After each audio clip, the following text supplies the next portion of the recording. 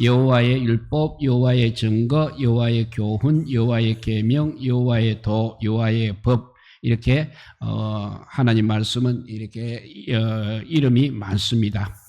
오늘 본문은 성동의 감동을 받은 다윗이 자연 계시와 특별 계시를 찬양하고 있는 것입니다.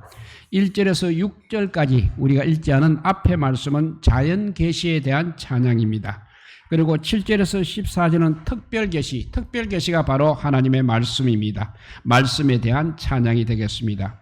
특별 계시인 하나님의 말씀을 여러 가지로 이렇게 계시하면서 많은 순금보다 더 사모하고 묵상하며 하나님의 백성답게 살아가라고 말씀하고 있습니다.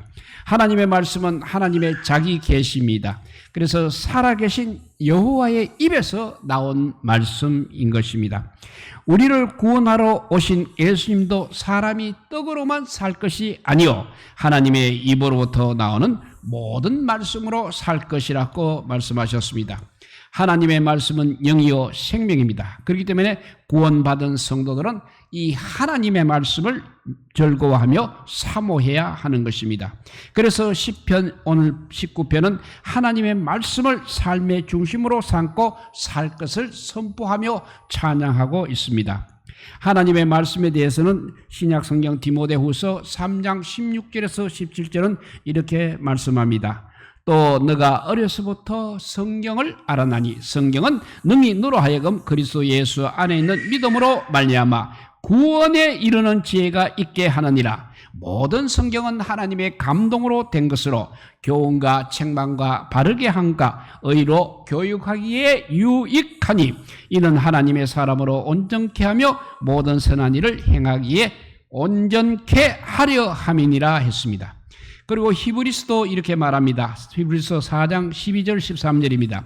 하나님의 말씀은 살았고 운동력이 있어 자위의 날선 어떤 검보다도 예리하여 혼과 영과 및 관절과 골수를 찔러 쪼개기까지 하며 또 마음의 생각과 뜻을 감찰하나니 지은 것이 하나라도 그 앞에 나타나지 않음이 없고 오직 만물이 우리를 상관하시는 자의 눈앞에 벌거벗은 것 같이 드러나느니라 했습니다.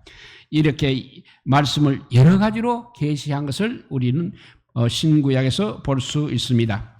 오늘 본문을 보면 첫째 7절에서는 여호와의 율법이라고 했습니다. 율법이라는 것은 바로 가르침이라는 뜻입니다. 좁게는 십계명을 가리키고 있습니다.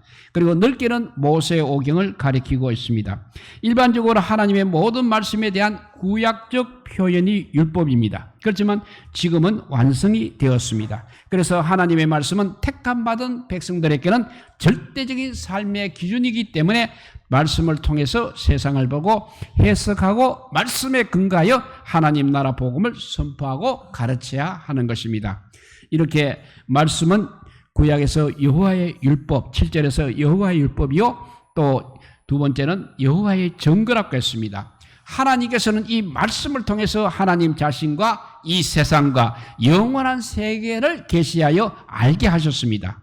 하나님의 속성과 하나님의 존재와 하나님의 살아계심과 창조와 영원하신 하나님의 경륜을 증거하셨습니다. 구속 계획과 목적, 자기 백성에게 원하시는 뜻과 하나님 나라의 회복과 완성을 증거했습니다. 이런 일들이 예수 그리스도의 초림과 재림을 통해서 완성되는 것입니다. 이렇게 7절에서는 여호와의 율법이요 여호와의 증거라고, 8절에 가서는 여호와의 교훈이라고 했습니다. 하나님의 말씀은 시 공간을 초월하는 영원한 진리요 변하지 않는 교훈인 것입니다. 모든 것은 시간 속에서 다 변하고 소멸됩니다. 그렇지만 우리 하나님의 말씀은 변하지 않고 오가는 모든 세대에게 진리를 가르쳐 교훈을 주고 구분기를 바로 잡아 주십니다. 그래서 디모데후서 3장 16절에서 교훈과 책망과 바르게 함과 의로 교육하기에 유익하다고 했던 것입니다. 이렇게 8절에 가서는 여호와의 교훈이라고 했고, 또 8절에서는 여호와의 계명이라고 했습니다. 계명은 바로 여호와의 주권으로 주신 명령인 것입니다. 그래서 지켜도 되고 안 지켜도 되는 것이 아니라 반드시 지켜야 하고, 지키지 않으면 합당한 벌이 따르고 지키면 생명이 되고 복이 되는 것입니다. 그래서 신명기 30장 15절에서 16절을 보면 이런 말씀이 있습니다. 보라, 내가 오늘날 생명과 복과 사망과 화를 너희 앞에 두었나니 곧 내가 오늘날 너를 명하여 너희 하나님 여호와를 사랑하고 그 모든 길을 행하여 그 명령과 규례와 법들을 지키라 하는 것이라. 그리하면 너가 생존하며 번성할 것이요 또 너희 하나님 여호와께서 네가 가서 얻을 땅에서 너희에게 복을 주실 것임이라 했습니다. 이렇게 7절에서는 여호와의 율법, 여호와의 증거를 했고 8절에 가서는 여호와의 교훈, 여호와의 계명이라고 했습니다. 9절에 가서는 이제 여호와를 경외하는 도라고 하나님 말씀을 설명하고 있습니다. 성경은 여호와를 경외하는 것이 바로 지식의 근본이요 또 지혜의 근본이요 지식의 근본이라고 했습니다. 하나님을 두려워하지 않는 악이요 고통이라고 했습니다. 그래서 성경은 여호와를 경외하도록 반드시 가르치는 것입니다. 하나님의 백성들이 여호와를 알지 못함으로 죄를 짓고 고통당하는 것을 원하시지 않으시기 때문에 여호와를 잘 알고 섬기도록 성경을 주셨고 왕들은 늘 말씀을 가까이 하도록 하였습니다. 그 말씀이 신명기 17장 18절 19절 말씀입니다. 읽어보면 그가 왕 위에 오르거든 레위 사람 제사장 앞에 보관한 이 율법서를 등사하여 평생에 자기 옆에 두고 읽어서 그 하나님 여호와 경외하기를 이 율법의 모든 말과 이 규례를 지켜 행할 것이라 했습니다. 왕이나 백성이나 다 같이 여호와를 경외하며 살아야 하기 때문에 말씀을 사모해야 한다는 것입니다. 이렇게 7절에는 여호와의 율법, 여호와의 증거, 8절에는 여호와의 교훈, 여호와의 계명, 계명이라 했고 9절에 가서는 여호와를 경외하는 도라고 이렇게 말씀했고 또 9절에서는 여호와를 경외하게 하는 법이라고 했습니다. 이 땅의 법도 지키면 나라의 보호를 받습니다. 그리고 편안한 삶을 삽니다. 그렇지만 반대로 어기게 되면 합당한 벌을 받게 되는 것입니다. 여호와의 말씀이 여호와를 경외하게 하는 법이기 때문에 우리의 생각과 말과 행위가 말씀을 통해서 판단을 받고 판결을 받아야 하는 것입니다. 그래서 자기 마음과 허물과 죄를 깨닫고 회개함으로 새 사람으로 살아야 하는 것입니다. 이렇게 여호와의 말씀을 우리가 6가지로 7절, 8절, 9절에서 2가지씩 6가지로 우리에게 계시했습니다. 다시 한번 여호와의 율법, 여호와의 증거, 여호와의 교훈, 여호와의 계명, 여호와를 경외하는 도, 여호와를 경외하게 하는 법 이렇게 하나님 말씀을 계시했습니다. 이제 7절에서 9절 말씀은 바로 말씀의 특성이 되겠습니다. 7절은 말씀이 완전하다고 했습니다.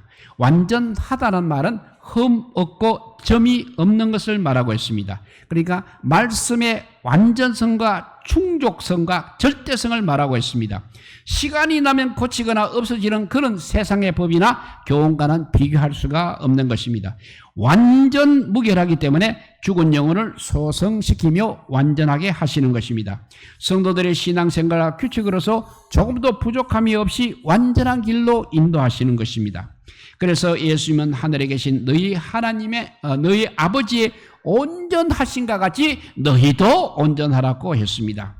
이렇게 완전하다고 7절에 말씀하고 7절에 또 확실하다고 했습니다. 확실하다는 것은 바로 견고하다, 충실하다, 의심할 것이 없다는 뜻이 되겠습니다. 영원하신 하나님의 입에서 나온 모든 말씀은 변하지 않는 진리이기 때문에 확실한 것입니다. 세월이 흘러도 변하지 않습니다. 견고하며 확실하기 때문에 그대로 성취되는 것입니다.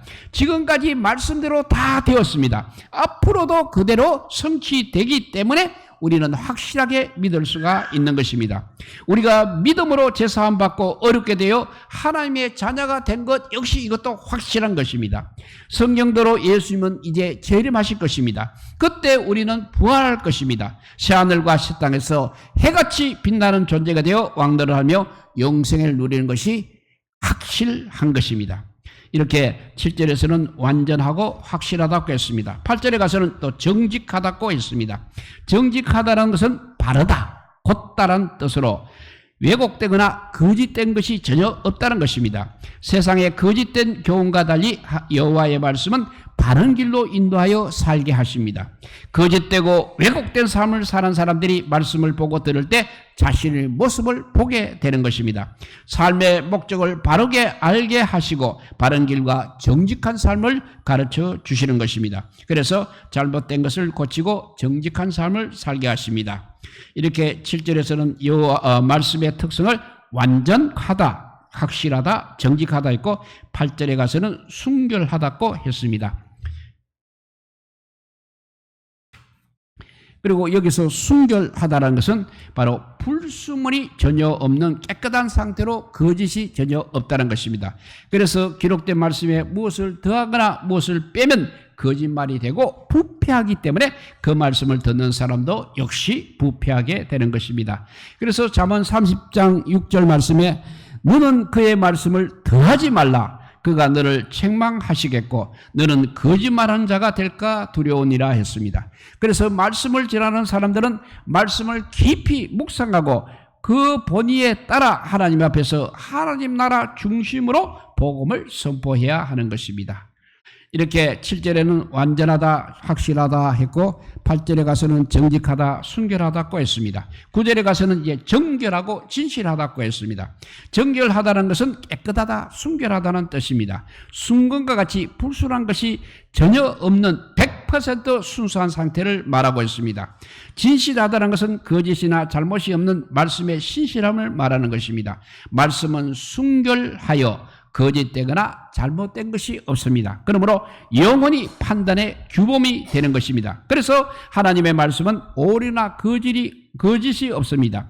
그러니 그대로 믿고 그대로 전하고 그대로 가르쳐야 하는 것입니다. 다른 것을 섞게 되면 부패하여 거짓말을 되고 거짓 선지자가 되는 것입니다. 이렇게 말씀의 특성 완전, 확실, 정직, 순결, 정결하고 진실, 마지막으로 어렵다고 했습니다. 9절에서 어려우신 하나님의 의의 기준을 말씀하셨기 때문에 어려운 것입니다. 의의 기준은 두 가지입니다. 첫 번째는 모든 율법을 지키면 어렵다고 인정을 받습니다. 그런데 죄성을 가진 인간은 지킬 수 없기 때문에 불의하다고 정죄하며 사망을 선고합니다. 두 번째는 우리를 위해 죽으시고 부활하신 예수님을 믿으면 어렵다고 인정해 주십니다. 예수님께서 우리 죄를 짊으시고 피 흘리심으로 우리 모든 죄를 대속하셨기 때문입니다. 이런 사람들이 제사함 받고 어렵게 된 하나님의 자녀요 성령께서 내주하시는 성도인 것입니다. 이렇게 말씀의 특징 6가지입니다. 완전하고 확실하고 정직하고 순결하고 정결하고 진실하고 어렵습니다. 그러면 이 말씀을 우리가 어떻게 대해야 하는 것입니까? 첫째, 사모해야 됩니다. 사모한다는 것은 열망하고 탐내는 것입니다. 무엇을 마음에 두고 애틋하게 생각하며 그리워하는 것이 사모하는 것입니다. 구원받은 백성들은 어린아이가 순전한 젖을 사모하듯 말씀을 사모해야 합니다. 이런 마음이 옥토바치고 착하고 좋은 마음이고 심령이 가난한 자인 것입니다. 이렇게 말씀은 우리가 사모해야 합니다. 두 번째는 묵상해야 됩니다. 묵상은 말씀을 읽고 생각하며 작은 소리로 엎드리는 것을 말합니다. 소리내서 읽는다든지 계속해서 읽고 연구하고 공부하다라는 뜻을 가지고 있습니다. 그래서 말씀을 우리가 묵상하게 되면 우리 안에 성령님께서 그 말씀을 깨닫게 하십니다. 그리고 믿음과 소망을 주십니다. 거룩한 소원을 주시고 행할 능력도 주시기 때문에 우리는 말씀을 항상 주야로 묵상해야 하는 것입니다. 이렇게 말씀은 사모해야 되고 묵상해야 한다고 했습니다. 이렇게 말씀을 사모하며 묵상하는 자에게는 그러면 어떤 은혜를 주십니까? 7절에서 9절을 살펴보면 7절에 보면 영혼을 소성하게 한다고 했습니다. 소성이라는 것은 죽었거나 또는 거의 죽어가던 상태에서 다시 살아나는 것이 소성입니다. 모든 인간은 죄와 허물로 죽었습니다. 그렇기 때문에 생명의 말씀을 들어야 살아나는 것입니다. 그래서 말씀이신 예수님도 내가 너희에게 이른 말이 영이요 생명이라고 했기 때문에 죄와 허물로 죽은 영혼들이 살아나려면 반드시 영생의 말씀 복음을 들어야 하는 것입니다. 이 복음을 듣고 죽은 영혼들이 살아납니다. 또 교회가 세워지는 현장이 바로 사도행전입니다. 우리가 구원을 받았을지라도 세상에 살다 보면 여러 가지 일로 인해 가지고 지치고 마음의 평강을 잃어버리게 되는 것입니다. 은혜를 받지 못하면 영혼이 힘을 잃고 무기력하게 되는 것입니다. 이럴 때 성령 하나님께서 회개의 자리, 예배 자리로 우리를 인도하여 새 힘을 주시는 것입니다. 생명의 말씀을 통해 지친 영혼을 치료하고 소생시킵니다. 맛있는 음식이 지친 자에게 힘을 주는 것처럼 하나님의 말씀이 이렇게 생기를 불어넣는 것입니다. 자기 잘못을 깨닫고 회개함으로 하나님과 관계가 회복되며 새 힘을 얻게 되는 것입니다. 이렇게 말씀을 사모하며 묵상하는 자에게 영혼을 소생하게 하는 은혜를 주시고 또 우둔한 자를 지혜롭게 하는 은혜를 주신다고 했습니다. 여기서 우둔한 자는 말을 하면 잘 믿는 순진한 사람입니다.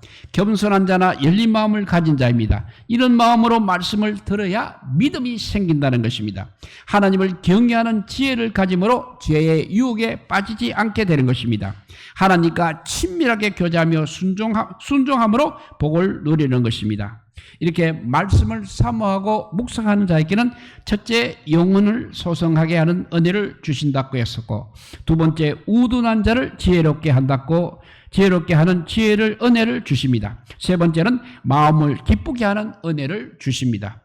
말씀을 사모하며 듣고 묵상하게 되면 하나님에 대한 믿음이 견고해집니다. 하늘의 소망이 넘치게 됩니다. 또 기쁘게 됩니다. 그렇기 때문에 10절에 보면 꿀과 송이꿀보다 더 달랐고 하였습니다. 그 말씀이 시편 119편 103절 말씀입니다. 주의 말씀의 맛이 나에게 어찌 그리 단지요 내 입에 꿀보다 더 다나이다 했고, 예레미야 15장 16절에도 내가 주의 말씀을 얻어 먹었사오니 주의 말씀은 나에게 기쁨과 내 마음의 즐거움이다고 했습니다. 에스겔서 3장 3절에 보면 인자야 내가 너에게 주는 이 두루마리를 너의 배에 넣으며 너의 창자에 채우라 하시기에 내가 먹으니 그것이 내 입에서 달기가 꿀 같더라 했습니다. 말씀을 통해 이런 맛을 본 사람들이 그 말씀을 사모하고 묵상하며 사는 것입니다. 이렇게 말씀을 사모하며 묵상하는 자께 주는 은혜 세 가지를 말씀드렸습니다. 영혼을 소성하게 하는 은혜를 주시고 우둔한 자를 지혜롭게 하는 은혜, 그 다음에 마음을 기쁘게 하는 은혜를 주신다고 했습니다. 네 번째는 눈을 밝게 하는 은혜를 주십니다. 눈을 밝게 한다는 말은 등잔을 켠다는 뜻입니다. 밝게 한다는 것은 정잔을 켠다는 뜻이고 성령님의 조명을 받는 것을 말하고 있습니다. 진리의 말씀, 복음을 믿음으로서 어둡게 된 영혼의 등불이 켜짐으로 영혼이 살아나는 것입니다. 이런 성도들이 성령님을 통해 말씀을 바르게 알고 깨달음으로 옳고 그름을 분별할 수 있는 것입니다. 그래서 하나님의 선하시고 기뻐하시고 온전하신 뜻이 무엇인지 분별함으로 넘어지지 않고 좁고 협착한 길을 바르게 갈 수 있는 것입니다. 이렇게 말씀을 사모하는 자에게 주시는 은혜 네 가지까지 말씀드렸습니다. 영혼을 소성하게 하는 은혜, 우둔한 자를 지혜롭게 하는 은혜, 마음을 기쁘게 하는 은혜, 눈을 밝게 하는 은혜, 마지막 다섯 번째는 말씀에 순종하며 헌신함으로 큰 상을 받는 은혜를 주신다고 11절에 말씀하고 있습니다. 구원은 은혜로 믿음으로 받습니다. 그렇지만 보상은 그 몸으로 충성하고 헌신한 대로 받게 되는 것입니다. 예수님께서도 행한 대로 상을 주신다고 하셨습니다. 각각 자기가 일한 대로 자기 상을 받는다고 했습니다. 역대하 15장 7절에 보면 너희의 손이 약하지 않게 하라 너희 행위에는 상급이 있음이라 했습니다. 그렇지만 항상 은혜의 빚진 자로서 무익한 종의 자세를 가지고 충성하고 헌신해야 하겠습니다. 이런 일들이 우리 주님께서 오실 때 인정되어서 칭찬과 영광과 존귀로 보상받고 영생을 누리게 되는 것입니다. 다시 또 이 말씀을 사모하며 묵상하는 자에게 주는 은혜 5가지 말씀드렸습니다. 영혼을 소성하게 하는 은혜, 우둔한 자를 지혜롭게 하는 은혜, 마음을 기쁘게 하는 은혜, 눈을 밝게 하는 은혜, 6번째는 영혼까지 이르게 하는 은혜를 주신다는 것입니다. 인류는 첫사람 아담 안에서 죄를 짓지 않았으면 영원히 살 수가 있었습니다. 그런데 죄를 지음으로 반대로 영원히 죽게 되었습니다. 이런 인간을 살리려고 예수님께서 오셨습니다. 그래서 우리 죄를 짊어지고 죽으셨다가 부활 승천하심으로 하나님 앞으로 나가는 산길이 열려지고 누구든지 예수님을 믿음으로 의롭게 되어 새 생명을 얻는 것입니다. 이것이 바로 구원의 복음입니다. 이것이 바로 십자가의 도인 것입니다. 이 복음을 듣고 믿어지는 사람들이 새로운 피조물이 되고 하나님의 자녀가 되는 것입니다. 하나님 나라가 완성되면 그 나라를 반드시 상속받고 영생을 누리게 되는 것입니다. 이렇게 영생의 말씀이 우리를 영혼까지 인도하기 때문에 항상 우리는 말씀을 삼하고 묵상하며 순종함으로써 정말 하나님을 기쁘시게 하는 성도들이 되시기를 우리 주님의 이름으로 축복드립니다. 기도하겠습니다. 사랑의 하나님 감사합니다. 우리도 말씀을 아버지여 사모하며 묵상하기를 원합니다. 그래서 아버지여 성경 통독과 성경 필사까지 생각하고 있고 또 우리 노예에서는 또 성경 암송 서기대회까지 하고 있습니다. 왜 이렇게 아버지여 하느냐 할 때 오늘 주신 말씀이 전부 우리를 은혜롭게 하기 위해서 마지막 천국까지 인도하기 위해서 그렇게 하신다고 하셨습니다. 우리 모두 말씀을 묵상하며 순종하는데 온 힘을 기울이게 하여 주셔서 마지막 날 주님의 나라에 이르는 그날까지 우리가 정말 땀 흘려 힘 흘려 노력하고 힘쓰는 저희들 되게 하여 주시기를, 그래서 말씀을 묵상하고 사모하는 귀한 주의 일꾼들이 다 되게 하여 주시기를 간절히 빌고 원하올 때 우리 구주 예수 그리스도 이름으로 기도드리옵나이다. 아멘.